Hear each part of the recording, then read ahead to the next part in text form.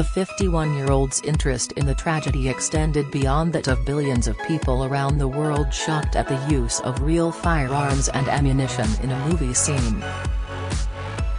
For Josie was herself accidentally shot twice in the face while starring in a musical in London's West End in 2000. Describing her feelings in the aftermath of the incident involving Baldwin, she said, "It made my blood run cold. I couldn't stop thinking about it for weeks afterwards." Fortunately for Josie, the bullets fired towards her were blanks, but they still caused damage and she remains affected to this day. The daughter of Roy Walker, the popular Northern Irish comedian and original host of TV game show Catchphrase, Josie says of the fatal incident in New Mexico during the making of Western Rust on October 21, "That certainly made me think of my situation again and how awful that was. To your mind it's still a gun even if it's a prop. So actually being shot is something I will never forget." What happened to Josie may have been 21 years ago, but every detail is still as ingrained in her memory as the resulting powder wounds still are on her face. It was September 24, 2000, at London's Cambridge Theatre during a preview of The Beautiful Game. Among the packed audience were the show's composer, Andrew Lloyd Webber, and its lyricist, the comedian Ben Elton. The plot involved a group of teenagers growing up amidst the troubles in Belfast, Northern Ireland, in 1969. For Belfast-born Josie, who ironically fled to England with her family in 1972 when she was 2 due to the conflict, the female lead of Mary seemed tailor-made. "I remember saying as a kid that I wanted to be in an Andrew Lloyd Webber musical and for it to be about my life, and it happened." However, Josie's dream almost ended in a nightmare during a harrowing recapping scene. "My character, Mary, was supposed to try and stop the IRA man from shooting a friend. When it pulled his arm, the gun would go upwards and fire into the air. But this time the gun swung round and went off twice in my face. It was blanks that were fired. But they're still really dangerous. The shots burnt the whole of the left-hand side of my face and I could feel it burning. My nose was bleeding, I went deaf in my left ear and I thought I'd lost my eye. I remember dropping to the ground thinking, that's it, I'll never be able to see or hear again. There was no way I could carry on, so I crawled off stage, where people were seriously panicking. I was in shock. Me coming from Belfast, it felt like I'd experienced what it felt like to be at the hands of a gunman. The show was stopped and somebody asked the audience, is there a doctor in the house? Which fortunately there was. Then the safety curtain was brought down while he had a look at me.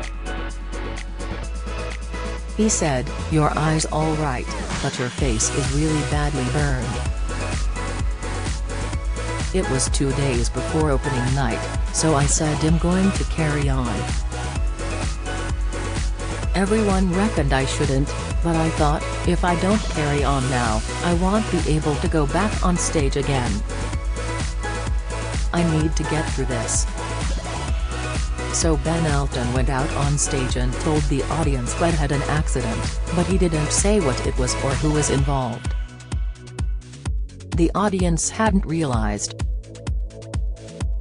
I had friends in that night and they didn't know it was me that was injured, they thought something technical had happened. We carried on after 5 or 10 minutes, although it felt to me like I'd stopped the show for about half an hour. An ear, nose and throat specialist from Harley Street saw Josie straight after the show. She says, he looked and said, Your hearing should return to normal after 24 hours, which it did. But you're very lucky. The wound is very close to your eye and you could have lost it. I was offered laser surgery, but I didn't want to risk that because it was so close to my eye. Josie confides attempts were made to hush up the incident. I was shunted away from doing interviews or talking about it. It would have been terrible publicity for the show, and had I let it seep into my consciousness too much, I think I wouldn't have been able to continue. All around my left eye and the left side of my nose were scabs of blood, which was horrible, so I had to wear a lot of makeup to cover it. And the next day, when I came into work, I had to go through a secret door and everything because the press were waiting outside. Somebody had rung them and explained what had happened. But it still hardly got any coverage. Understandably, preparing to perform the scene again was difficult. Our brilliant associate director asked if I wanted to hear the gun going off again before doing the scene. I said yes please, thinking I was fine. They fired the gun and I completely crumbled for what felt like forever. I never wrestled the gun in that scene again, though I stayed in the vicinity. It was remarkable enough that Josie remained in the show, which closed after nearly a year. She even earned an Olivier Award nomination for her role. She credits the support of the Beautiful Game team and 10 free therapy sessions in helping her recover. Josie has gone on to get 2 more Olivier Award nominations, for Everyone's Talking About Jamie in 2018 and The Ocean at the End of the Lane in 2020. She can soon be seen in BBC One series This Is Going to Hurt starring Ben Whishaw, and in Kenneth Branagh's latest film Belfast, which, just like The Beautiful Game, is set in the city in the late 1960s amid sectarian violence. Josie still bears the scars of her stage shooting. It left me with powder wounds. They're tiny, like little drops of mascara, although the ones on my nose unfortunately look like blackheads. Everyone always says, "Oh, you've got a bit of mascara around your eye." But it's just powder that's embedded there.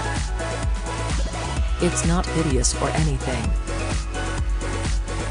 I have freckles as well, so you can't really see it easily. It definitely contributed to anxiety and stage fright. Things like that started creeping in. I was never a jumpy person, but I became one.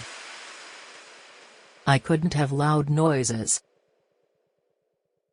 Just now the postman put something heavy through my letterbox and I jumped out of my skin. I thought, oh my god, it's still there. In 2007, Josie was among cast members of the musical Assassins who had to handle guns. I thought he'd be alright, given the amount of time since The Beautiful Game, but I didn't cope very well. There was a scene where we all stood in line and had to fire, and it was awful. What is happening where you live? Find out by adding your postcode or visit in your area. That was me done after that.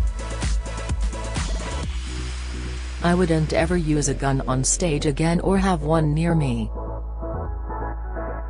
Guns went off in the film Belfast, but luckily not around me.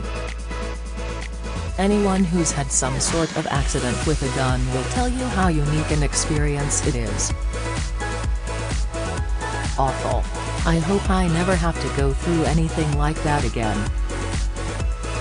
But Josie insists she never considered taking legal action. No, never.